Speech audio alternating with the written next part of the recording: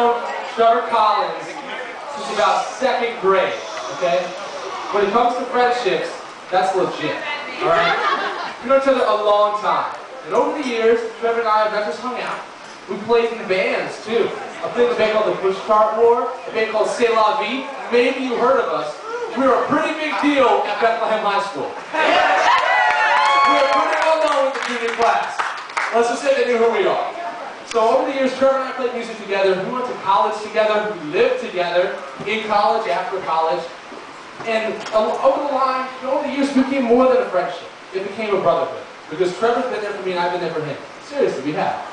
Because Trevor, like at my lowest points in life, you've been there for me. Freshman year, there was a night where I drank way too many beers. And in the middle of the night I woke up and I mistook Trevor's mini fridge for a urinal and I peed all over it. And let me tell you something about Trevor Collins. He cleaned it up, he put me to bed, and that next year he sold that fridge to his father.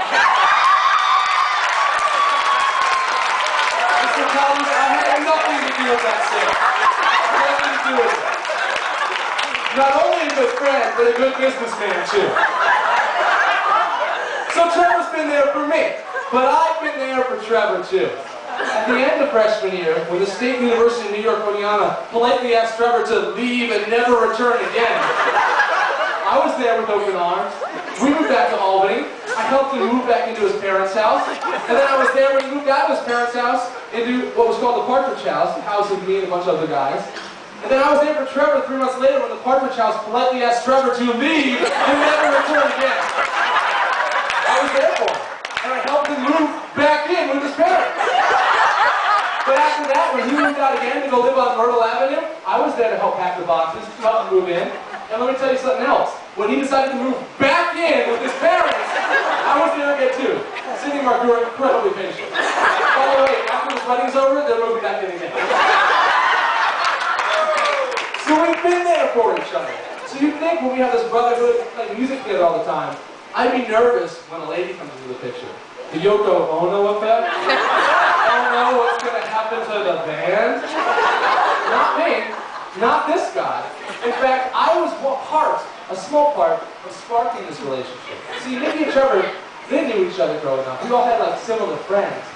They never really hung out one-on-one until one night in Nicky's senior year of high school, where on a school night, I, with cooler older friends, took her out drinking in a bar. Now, I'm not going to say who else was there, but Captain Waker could totally attest to who did it.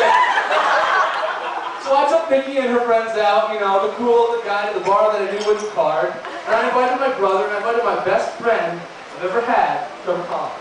And it was that night over underage, non-carded beers that love blossomed. So I feel like it's all a good time. It's okay, right? So we've been there, you know? Trevor, me and him have been for each other. And over the years, whether it was hanging out, whatever it was always about the music. Any kind of band we played. People will tell you, Nicky will attest. Trevor couldn't write a song without me finishing it. I couldn't, you know, I'd bring Trevor a song that was halfway finished and he'd finish it out. We were like, this Lennon and McCartney that like couldn't work without each other. You know, it was really kind of a sweet little, you know, musical relationship.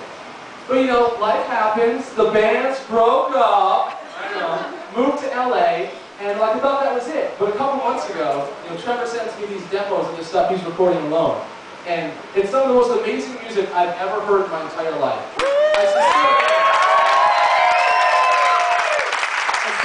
If you haven't heard this, TrevorCollinsMusic.com. Check it out. It's some of the most amazing music. And I'm listening to it with my wife. And I'm sitting there and I'm saying, you know, what happened? Last I knew, this kid couldn't write a song without me. I couldn't write a song without him. You know what I mean? We're like apples and oranges. I don't know. We're like best friends.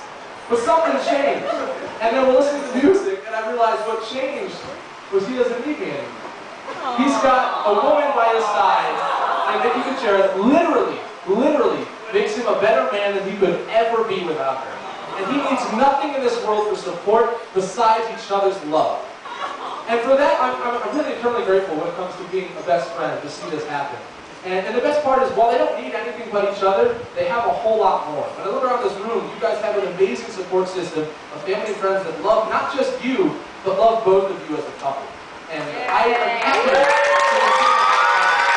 So because of that, I just want to raise a toast to everybody. congratulations to both of you, and most importantly, thank you, Nick.